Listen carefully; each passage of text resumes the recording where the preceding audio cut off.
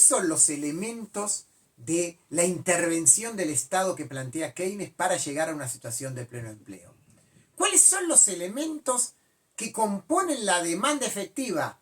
Vamos a hablar hoy en una economía cerrada, que entonces Keynes dice que hay que movilizar, incrementar para alcanzar esa situación de pleno empleo. Son tres los componentes de la demanda y por lo tanto vamos a poder hablar de estos tres elementos, estas tres políticas keynesianas. La demanda efectiva puede incrementarse bien porque aumente el consumo, bien porque aumente la inversión privada o bien porque aumente el gasto público. Y de acá se van a derivar las tres políticas. Empecemos por el consumo. ¿De qué depende el incremento del consumo? Keynes va a señalar que el consumo depende de algo que se llama la propensión a consumir. Y de ahí va a sacar una conclusión.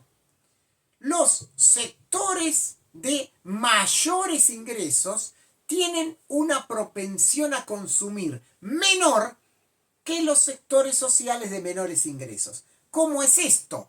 La propensión a consumir no es otra cosa que una relación, un porcentaje del consumo con respecto al total del ingreso.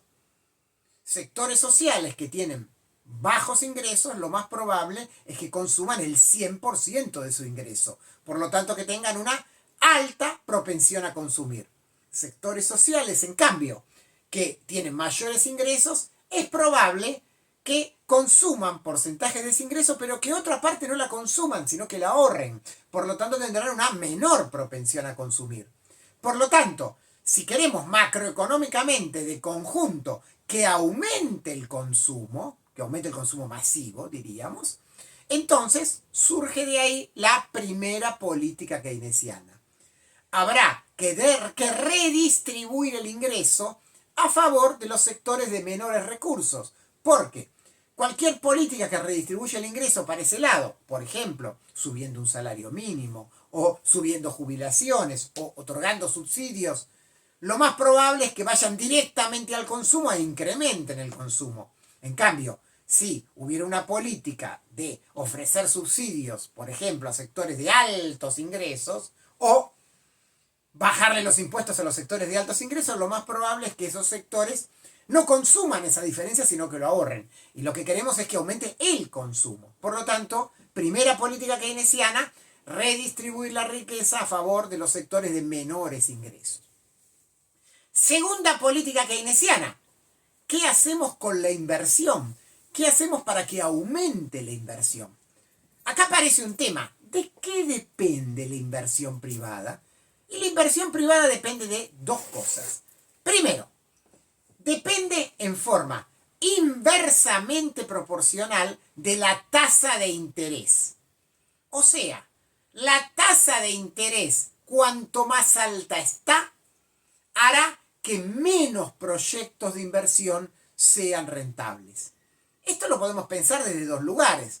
Podemos pensar que un capitalista tiene un capital para invertir y decide si lo coloca a interés y por lo tanto gana un interés, por ejemplo, por un plazo fijo, podría ser, versus cuánto le daría en tasa de ganancia ese negocio. Obviamente, cuanto más alta sea la tasa de interés, más probabilidad es que menos proyectos sean rentables. Otra forma de pensarla también es que el capitalista no tiene ese dinero y por lo tanto lo pide prestado. Y nuevamente, si la tasa de interés es más alta, menos negocios serán viables porque esa tasa de interés será superior a la tasa de ganancia de esos negocios. Siempre lo que estamos haciendo entonces es comparar la tasa de interés de mercado contra la posible tasa de retorno o tasa de ganancia que tendría esa inversión una vez puesta en marcha como negocio. Por lo tanto, de acá se desprende claramente la segunda política keynesiana, que la podríamos llamar una política monetaria. ¿Qué tiene que hacer el Estado entonces para que más negocios sean rentables, para que aumente la inversión? Y por lo tanto, aumenta la inversión, se toman más trabajadores y aumenta la demanda efectiva. Tiene que reducir la tasa de interés. Repasemos, si la primera política keynesiana era aumentar el consumo por medio de una redistribución de la riqueza hacia los sectores de menores recursos, la segunda política, política monetaria, es bajar la tasa de interés. Pero hay un problema, ¿Cuál es ese problema? Que la inversión privada no depende solamente de la tasa de interés en forma inversamente proporcional. Depende también de otra cosa. La eficacia marginal del capital.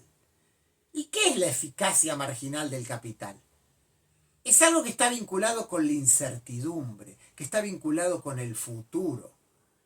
El capitalista hace un cálculo y supone que va a ganar X tasa de ganancia en el futuro, porque siempre el negocio se hace hacia adelante. ¿Va a suceder eso efectivamente o no? La incertidumbre del futuro, los infinitos avatares del futuro, abren entonces un signo de interrogación. Nunca hay un 100% de certeza de lo que va a suceder en el futuro. ¿Y entonces qué sucede? Si estamos en un momento donde hay un auge capitalista, la economía está creciendo, todos están ganando y todos son optimistas, incluso proyectos que en otro momento alguien diría, esto no sé si va a ser muy rentable, serán considerados rentables y los capitalistas invertirán en ellos.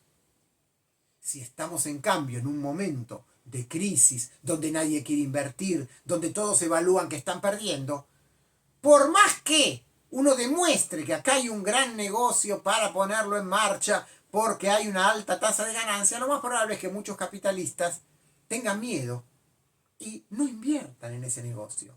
O sea, puede darse el caso de que en una situación de crisis, por más que bajemos la tasa de interés, por la incertidumbre, igual los capitalistas no inviertan productivamente.